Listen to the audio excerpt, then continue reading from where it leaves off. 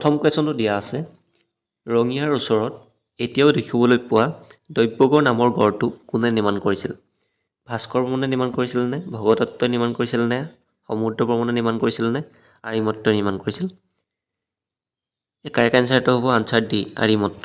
আৰিমত্তই এই দৈব্যগড় নামৰ গড়টো নিৰ্মাণ কৰিছিল, যিটো বৰ্তমান ৰঙিয়াৰ ওচৰত অৱস্থিত। নেক্সট কুৱেশ্যনটো হৈছে কোনজন ৰজাই শত্ৰুপক্ষৰ বিৰুদ্ধে যুদ্ধত জয়ী হৈ প্ৰথমে শত্ৰু দমন তাৰপিছত অহিমৰ্দন উপাধি গ্ৰহণ কৰিছিল? কছাৰী ৰজা যখুনাৰায়ণে নে, জয়ন্তীয়া ৰজা ধৰ্মমাণিকে নে, কমতাপুৰৰ ৰজা সন্ধ্যায়ে নে, ওপৰৰ এটা অনুসৰি এইটো সুধিছে। কছাৰী ৰজা যখুনাৰায়ণে। কছাৰী ৰজা যখুনাৰায়ণে যুদ্ধৰ জয়ী হৈ শত্ৰু দমন আৰু অহিমৰ্দন উপাধি গ্ৰহণ কৰিছিল। নেক্সট কুৱেশ্যনটো হৈছে চেঁচামুখৰ যুদ্ধ কিমান চনত সংঘটিত হৈছিল? 1520ত নে, 1521ত নে, 1522ত নে, 1523ত?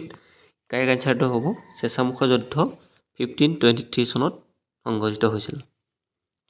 নেক্সট কুৱেশ্যনটো হৈছে দিহিং নদীৰ পাৰত চৰগুৱা নামে ঠাইত নতুন নগৰ পাতি তালৈ ৰাজধানী স্থানান্তৰ কৰা আহোম ৰজাজনৰ নাম কি?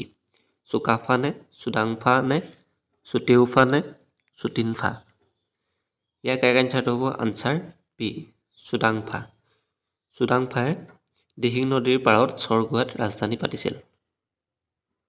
নেক্সট কুৱেশ্যনটো হৈছে ৰজা চুহুংমুঙে বৰগোহাঁই আৰু বুঢ়াগোহাঁই সমকক্ষ এটা পদবীৰ সৃষ্টি কৰিছিল। এই পদবীটোৰ নাম কি আছিল? বৰপাত্ৰ গোহাঁই নে, বৰফুকন নে, বৰবৰুৱা নে, ওপৰৰ এটা অনুসৰি এইটো সুধিছে। চুহুংমুঙে বৰগোহাঁই বা বুঢ়াগোহাঁই পদৰ সমকক্ষ এটা পদ সৃষ্টি কৰিছিল, সেইটো হৈছে বৰপাত্ৰ গোহাঁই। নেক্সট কুৱেশ্যনটো হৈছে কোনখন যুদ্ধৰ পিছত সেই সময়ত চুতীয়া ৰাজ্যখন আহোম ৰাজ্যৰ অন্তৰ্ভুক্ত হয়? চেঁচামুখৰ যুদ্ধৰ পিছত নে, চাওদাংগিৰি যুদ্ধৰ পিছত নে, মাথোডাঙৰ যুদ্ধৰ পিছত নে, ওপৰৰ এটা অনুসৰি এইটো সুধিছে। চুতীয়া ৰাজ্যখন আহোম ৰাজ্যৰ অন্তৰ্ভুক্ত হৈছিল আহোম ৰজা চুহুংমুঙৰ দিনত, আৰু সেই সময়তে যি মাথোডাঙৰ যুদ্ধ হৈছিল, এই মাথোডাঙৰ যুদ্ধৰ পাছতে চুতীয়া ৰাজ্য আহোম ৰাজ্যৰ অধীনত আহিছিল। কুৱেশ্যনটো হৈছে আহোম আৰু কছাৰীৰ মাজত সংঘটিত প্ৰথমখন যুদ্ধ কোনগৰাকী আহোম ৰজাৰ দিনত হৈছিল? চুডাংফাৰ দিনত নে, চুহুংমুঙৰ দিনত নে, চুতেউফাৰ দিনত নে, চুলিকফাৰ দিনত? ইয়াৰ কাৰেক্ট এনচাৰটো হ'ব আনচাৰ বি, চুহুংমুঙৰ দিনত আহোম আৰু কছাৰীৰ মাজত প্ৰথমখন যুদ্ধ সংঘটিত হৈছিল। নেক্সট কুৱেশ্যনটো হৈছে কোনগৰাকী আহোম ৰজাই উৰিষ্যাৰ জগন্নাথ মন্দিৰৰ কাষত এটা পুখুৰী খন্দাইছিল? ৰুদ্ৰসিংহই খন্দাইছিল নে, ৰাজেশ্বৰ সিংহই খন্দাইছিলে নে, গৌৰীনাথ সিংহই খন্দাইছিলে নে, চুহুংমুঙে খন্দাইছিল? ইয়াৰ কাৰেক্ট এনচাৰটো হ'ব। নেক্সট কুৱেশ্যনটো হৈছে কোনখন যুদ্ধত অসমীয়া বীৰাংগনা মূলা গাভৰুৱে শত্ৰুৰ বিৰুদ্ধে যুদ্ধত জঁপিয়াই পৰিছিল? মুছলমানৰ তৃতীয় আক্ৰমণত নে, মুছলমানৰ চতুৰ্থ আক্ৰমণত নে, মুছলমানৰ পঞ্চম আক্ৰমণত নে, মুছলমানৰ সপ্তম আক্ৰমণত? ইয়াৰ কাৰেক্ট এনচাৰটো হ'ব আনচাৰ এ, মুছলমানৰ তৃতীয় আক্ৰমণত বীৰাংগনা মূলা গাভৰুৱে শত্ৰুৰ বিৰুদ্ধে জঁপিয়াই পৰিছিল। নেক্সট কুৱেশ্যনটো হৈছে ৰুদ্ৰসাগৰ পুখুৰী কোনে খন্দাইছিল? লক্ষ্মীসিংহই খন্দাইছিলে নে, ৰুদ্ৰসিংহই খন্দাইছিলে নে, ৰাজেশ্বৰ সিংহই খন্দাইছিলে নে, প্ৰমত্ত সিংহই খন্দাইছিলে? সেইটো সুধিছে। ৰুদ্ৰসাগৰ পুখুৰী ৰজা লক্ষ্মীসিংহই খন্দাইছিল। নেক্সট কুৱেশ্যনটো হৈছে প্ৰতাপবল্লভ উপাধি স্বৰ্গদেউ কমলেশ্বৰ সিংহই কাক প্ৰদান কৰিছিল? লাচিত বৰফুকনক প্ৰদান কৰিছিল নে, বদন বৰফুকনক প্ৰদান কৰিছিল নে, মোমাই তামুলী বৰবৰুৱাক প্ৰদান কৰিছিল নে, কলীয়া ভোমোৰা বৰফুকনক প্ৰদান কৰিছিল? কাৰেক্ট এনচাৰটো হ'ব আনচাৰ ডি, কলীয়া ভোমোৰা বৰফুকনক। নেক্সট কুৱেশ্যনটো হৈছে মানৰ প্ৰথম আক্ৰমণ কিমান চনত সংঘটিত হৈছিল? 1816ত নে, 1817ত নে, 1822ত নে, 1823ত? মানৰ প্ৰথম আক্ৰমণ হৈছিল 1817 চনত। নেক্সট কুৱেশ্যনটো হৈছে মানৰ দ্বিতীয় আক্ৰমণ কিমান চনত সংঘটিত হৈছিল? 1819ত নে, 1821ত নে, 1822ত নে, 1823ত? ইয়াৰ কাৰেক্ট এনচাৰটো হ'ব আনচাৰ এ, 1819 চনত। নেক্সট কুৱেশ্যনটো হৈছে মানৰ তৃতীয় আক্ৰমণ কিমান চনত সংঘটিত হৈছিল? 1819ত নে, 1821ত নে, 1822ত নে, 1823ত? ইয়াৰ কাৰেক্ট এনচাৰটো হ'ব আনচাৰ বি, 1821 চনত। মানৰ প্ৰথম আক্ৰমণ হৈছিল 1817 চনত, দ্বিতীয় আক্ৰমণ হৈছিল 1819 চনত, দ্বিতীয় আক্ৰমণ হৈছিল 1821 চনত। নেক্সট কুৱেশ্যনটো হৈছে চীনা পৰিব্ৰাজক হিউৱেন চাঙে কোনজন ৰজাক শেহতীয়া ৰজা বুলি ঘোষণা কৰিছিল বা উল্লেখ কৰিছিল? ভাস্কৰ বৰ্মনক কৰিছিলেনে, হৰ্ষবৰ্ধনক কৰিছিলেনে, সুখাংশক কৰিছিলেনে, সমুদ্ৰ বৰ্মনক কৰিছিলে? চীনা পৰিব্ৰাজক হিউৱেন চাঙে শেহতীয়া ৰজা বুলি অভিহিত কৰিছিল সুখাংশক।